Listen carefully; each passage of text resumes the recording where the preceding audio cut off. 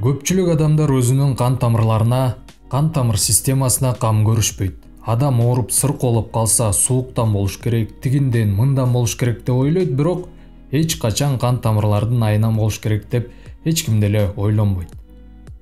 Адам организминин кээ бир көрсөткүчтөрү адамдын кан тамырлары жакшы абалда эмес экенинен кабар берет.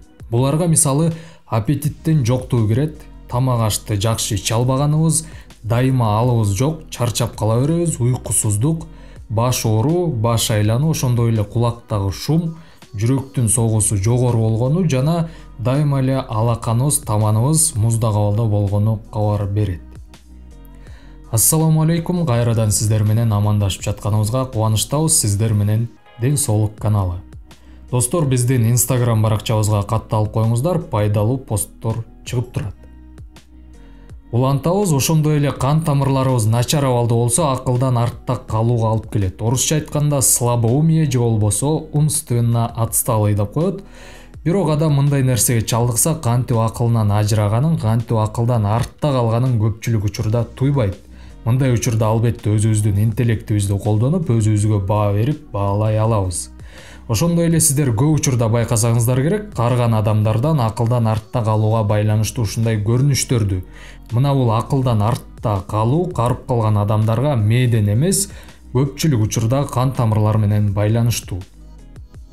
Кан тамырларга кам көрбөсөк, кан тамырлар начар абалда болсо, кан тамырларыбыз ийилчек эмес, начар абалда болуп калат. Ийилчек дегенибиз орусча айтканда эластичность, чоюлуп кайра өзүнүн калыбына келүү процесстери начар болсо, билинбей биз күтпөгөн ооруларга чалдыктырышы мүмкүн.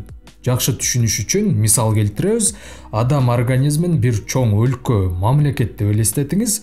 Органдарыбыз шаарлар деп элестетиңиз. Ошол шаарларды байланыштырган жолдор биздин кан тамырлар. Эгер жол начар болсо, албетте шаарлар дагы начар болот. Эгерде шаарларда жол жок, начар болсо, албетте мамлекет дагы начар абалда болот. Анда эмесе улантабыз.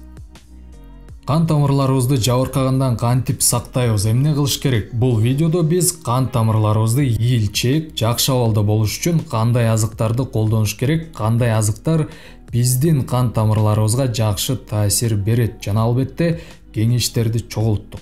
Келечекте кан тамырларыңыз жакшы абалда болсун десеңиз, видеону аягына чейин көрүп коюңуз, абдан кызыктуу болот. Каналга катталып койгула деп айтпай эле коелу, эмне кылышты өзүңүз деле билесиз. Биринчи бул кремний. Кремний деген сөздү балким мурун укпагансыз, бирок бул магний, кальций дегенге окшогон эле зат. Бирок химиялык түзүлүшү башкача. Албетте кремнийди аптекадан кошулмалар түрүндө, капсула түрүндө, таблетка түрүндө тапса болот, бирок натуралдуу бул тамак аштардан алса болот. Кремнийди тамак аштардан, эттен алсак болот. Дандуу өсүмдүктөр, мисалы арпа, гречка, сулуу, овсянка, рис, кукуруза.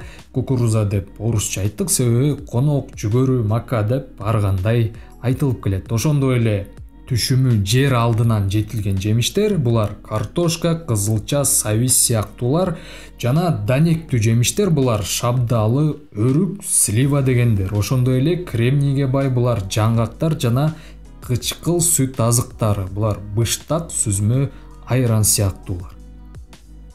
Кийинки маанилүү элемент бул рутин. Балким муну дагы сиз биринчи жолу угуп жаткансыз. Эгерде биринчи жолу угуп жатсаңыз, 1 деген белгини комментарийге калтырып коюңуз.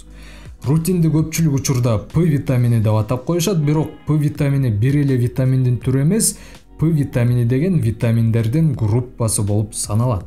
Бул группа негизи биофлавоноидтер деп аталат. Алар биздин кан тамыр капиллярларынын ийилчек, чоюлчактыгын камсыз кылат жана кан тамырлардын катмарларын бекемдейт. Ошол биз айтып жаткан П витаминдин курамына рутин жана кверцетин деген заттар кирет. Албетте башка дагы заттар кирет, бирок бул кошулмалар кан тамырларыбыз үчүн маанилүүрөөк. Биофлавоноидтер кан тамырларыбыздын ийилчектигин камсыздайт, структурасын жана функциясын жөнгө салат. Ошондой эле пайдалуу заттар кан тамырларга тез кирүүсүн камсыздайт, артериялык басымды нормалдаштырууга чоң жардамын тийгизет жана кан тамырдын кеңейүүсүнө да таасири чоң. Кан тамырдагы кан чыгып кетип, этке тарап кетүүсүнөн дагы сактап турат. Эгерде П витамини жетишпесе, кан тамырлардан капиллярлар аркылуу кан чыгып кетип, этке тарап кетет. Көбүнчө физикалык активдүүлүккө дуушар болгон булчуңдар кездешет. Мындай кан чыгып кетип, этке тарап кетүүсү жүрөк кан тамыр системаларына терс таасирин тийгизет. П витамини эми бул эл оозунда деле көп деле колдонулбайт, көп деле айтылбайт, бирок кан тамырларыбызга кам көргүбүз келсе, албетте бул жөнүндө билүүбүз зарыл. Макул, эми кайсы азык түлүктөрдө рутин бар десеңиз, рутин көбүнчө кызыл түстүү жемиштерде көп болот. Цитрус жемиштеринде, цитрус дегенге лайм, грейпфрут, мандарин, лимон жана башка ушул сыяктуулар кирет. Гречкада көп, ошондой эле рутин көк чайда кездешет. Андан сырткары биофлавоноидтердин курамындагы калган заттар четинде жана ит мурунда көп кездешет. Ошон үчүн ит мурундун кайнатмалары, ширелери кан тамырга пайдалуу. Ошондой эле малина, алча, кулпунай, жүзүмдө көп кездешет. Кийинки С витамини. Ооба, С витамини кан тамырларыбыз бекем, ийилчек абалда болуш үчүн С витаминин дагы колдонушубуз керек, бирок чеги менен. С витамини мурунку көрсөтүүлөрүбүздө айткандай эле цитрус жемиштеринде, карагатта, бөрү карагатта, ит мурунда, ошондой эле эгерде кивинин 4/1 жесек, биз 1 суткалык С витаминин камсыздай алабыз. Эми жакшылап угуп алыңыздар, эгерде биз рутинди жана С витаминин чогуу аралаштырып колдонсок, биздин кан тамырларга өзүнчө колдонгонго караганда кыйла жакшы болот. Бул андан дагы жакшы кан тамырларыбызды бекемдейт. Кийинки омега-3 майлуу кислоталар. Омега-3 жөнүндө биздин мурунку видеолорду уккансыздар жана кан тамырларга, териге жана мээге пайдалуу экенин айтып келебиз. Эгерде тагыраак айтсак, мээнин негизги курулуш материалы болуп, ушул омега-3 болуп саналат. Албетте негизги бөлүгү суудан турарын билебиз, бирок кургак заттарын алып карасак, кургак заттардын көпчүлүк бөлүгү омега-3төн куралган. Ошондой эле омега-3 иммунитетти дагы жогорулатат, бирок биз бул видеодо кан тамырлар жөнүндө сүйлөшүп жатабыз. Демек, омега-3тү кошулмалар аркылуу алсак болот, мисалы капсулалар түрүндө. Эң эле ыңгайлуусу ушул болуш керек, бирок башка булактар дагы бар. Бул лёндун майлары жана жаңгактын майларында көп. Ошондой эле жеке эле май түрүндө эмес, жаңгактын өзүн жесеңиздер болот, жана дагы балыкта омега-3 майлуу кислоталары көп. Эми жашоо образы. Азыр сиздерге адамдын кан тамырлары жакшы иштеш үчүн кантип жашаш керек экендигин Ден соолук каналы сиздерге түшүндүрүп беребиз. Башкача айтканда, кантип жашашты үйрөтөбүз. Тамаша, адам кантип жашайт, ал өзү билет жана жашоосун өзү башкарат. Биз жашаганга үйрөткүдөй эч ким эмеспиз. Биз жөн гана кеңеш беребиз, бирок эске алып коюңуздар, тастыкталган гана кеңештерди беребиз. Жашоо образы. Албетте кан тамырлар жакшы иштеш үчүн эгерде сизде кошумча салмак болсо, кошумча десек кичине туура эмес бугулуп калат экен, ашыкча десек туура болот. Эгерде ашыкча салмак болсо, андан арылганга аракет кылыш керек. Бул илимий жактан тастыкталган. Ашыкча салмагы бар адамдар көбүнчө кан тамыр ооруларына кабылаары. Ошондой эле начар сапаттардан арылыш керек. Начар сапат дегенибиз алкоголдук ичимдиктер жана чегүү. Кан тамыр ооруларына чалдыктырган сапаттардын чемпиону бул тамеки чегүү болуп саналат. Тамеки чегүү бул кан тамырларды талкалоого кепилдик десек жаңылышпайбыз. Кийинки физикалык активдүүлүк. Көп учурда таза абага чыгып туруңуз, анткени кандагы кычкылтек жакшы алмашып турат жана жүрөк кан тамырлар системасына нагрузканы азайтат. Ал эми көп кыймылдап турсак, мейли чуркообу, сейилдөбү, кандайдыр бир көнүгүүлөрдү жасообу, бул бизге оксид азот деген затты берет.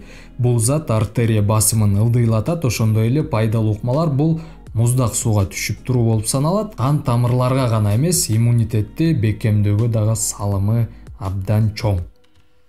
Кийинки стрессти азайтуу. Анткени бул көп жолу тастыкталган. Эгерде кечке эле стресс боло берсе, жини келе берсе, кечке бир нерсе жөнүндө катуу ойлоно берсе, басым жогорулайт. Кортизол жана адреналин деген стресстин гормондору канга көп өлчөмдө кошулат жана кан тамырларда микро сезгенүүлөр пайда болот. Бул кан тамырларга оорудан башка, жабыркаштан башка эч нерсени алып келбейт. Кан тамырларга гана эмес, стресс негизи эле адам организмине зыян. Эми жыйынтык. Эгерде жогоруда айткандарды жыйынтыктай келсек, бул жакшы сапаттар, ашыкча салмактардан арылуу жана кан тамырларыбызга пайда алып келген 4 нерсе. Бул кремний, биофлавоноиддер, бул жогоруда айтылган рутин менен С витамини жана омега 3 майлуу кислоталары. Эгерде булардан жетишсиздик жок болсо, биздин кан тамырлар ийилчек, чоюлчак жана бекем болот. Достор, эми комментарийге жазып коюңуздар, сизге бул видео түшүнүктүү эле болду жана керектүү маалымат алдыңарбы? Сиздин пикир биз үчүн өтө маанилүү. Видеолорубузду аягына чейин көргөнүңүздөргө чоң рахмат. Сиздерге биздин калган видеолорубузду көрүп коюуну сунуштайбыз, кепилдик беребиз. Сиз ал жактан дагы өзүңүзгө керектүү маалыматтарды аласыз. Кийинки видеодон көрүшкөнчө ден соолукта болуңуз.